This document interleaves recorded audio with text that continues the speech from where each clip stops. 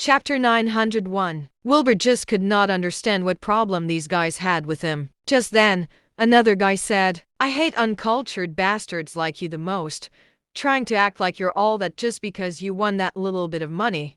I bet you're gonna go back and show off after this." "Even if I was uncultured, how is it any of your business?" Wilbur asked. "I just hate low-class people like you with no culture. What are you going to do about it, huh?" The man jeered. Wilbur's expression darkened, but Tiff hurried to say, "Why don't we just head back now, sir? These chips are getting really heavy for me to carry." Wilbur sneered, turning to leave as Tiff followed behind him. "Huh. I knew there wasn't much else to an idiot like that. Come on. Let's sit down to play," said the man as he waved a hand to his friends. Wilbur and Tiff returned to Wilbur's room. Tiff put the chips on the table with a smile. "You've got the best luck I've seen this far, Mr. Penn." "Well, it's just luck," said Wilbur. He picked up a chip worth $100,000 and handed it to Tiff. "This is for you." Tiff was shocked to her core. She often received tips from her customers, and customers who had won were usually pretty generous. Even so, this was definitely a big tip, way more than what she might make in a few months. Tiff stared at Wilbur in disbelief. "See, sir, I don't provide that kind of service. Of course, I could get you someone else if you need it," she added nervously after a moment. Wilbur stared at her in exasperation. "What were you thinking? That's just payment for all you've done. You can go now." "Really?"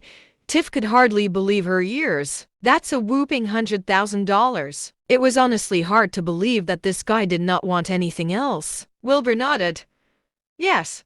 And also to thank you for getting me out of that just now." Tiff's excuse of the chips being too heavy to carry just now almost made Wilbur burst out laughing. He also happened to have other things to attend to and did not care to make a big deal out of this. Tiff heaved a sigh of relief at the words. "It's best if you don't gamble anymore now that you've won so much, sir.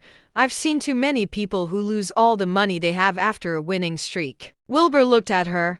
"Thank you for the advice.